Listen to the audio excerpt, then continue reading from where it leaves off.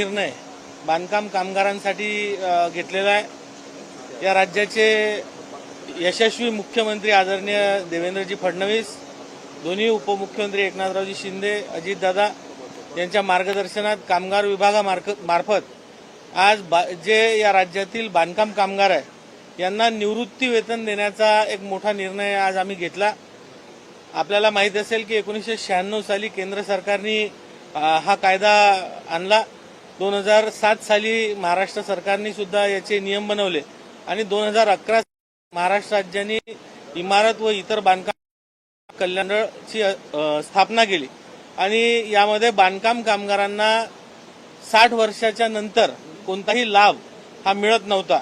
त्यामुळे यानंतर या कामगारांना कुठे देता आला पाहिजे, त्यांच्या कुटुंबाची व्यवस्था झाली पाहिजे। या अनुषंगाने आम्ही हा निर्णय घेतोय। 18 ते 60 या वयोमर्यादेमध्ये विविध योजनांचा लाभ या सर्व कामगारांना मिळायचा, पण 60 नंतर तो मिळत नव्हता। म्हणून आता 60 वर्ष ज्यांची झाले आहेत अशा सर्व कामगारांना आता 12,000 रुपये प्रतिवर्षी हे निवृत्ती वेतन मिळणार आहे। जे 10 वर्ष नोंदीत आहेत त्यांना 50% मर्यादा 6,000 रुपये मिळतील।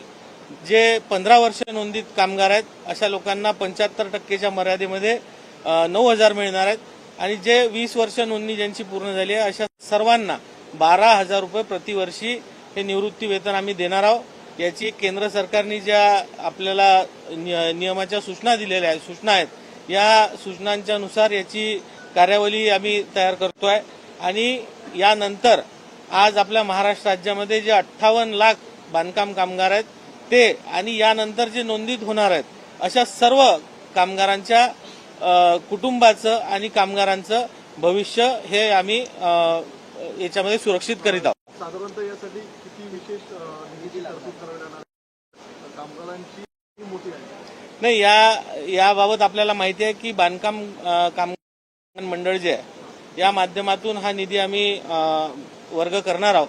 सुरुवातीच्या काळात आज जे बांधकाम कामगार यांची नोंदणी 10 वर्ष, 15 वर्ष आणि 20 वर्ष आहे असे जेवढे लोक आहेत यांची संख्या आज थोडीफार कमी आहे। यासाठी जवळजवळ 10 कोटी रुपये आम्ही वर्ग केलेले आहे आणि जशी जशी ही नोंदणी वाढत जाईल त्याप्रमाणे ही तरतूद आम्ही करणार। खासगी सुरक्षा रक्षकांच्या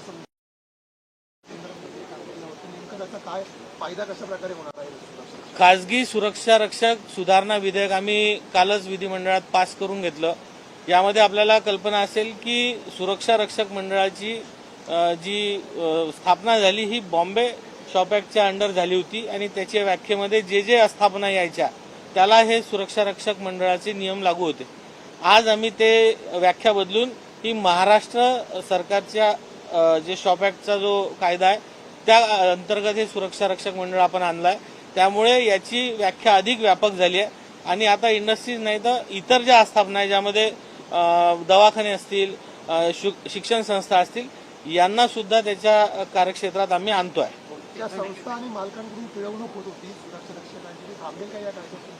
100% थांबणार आहे आणि आम्ही जी आता नियमावली तयार करतोय यामध्ये अशा ज्या माल प्रॅक्टिस चालतात त्यावर निश्चित आम्ही कडक धोरण आम्ही आणणार।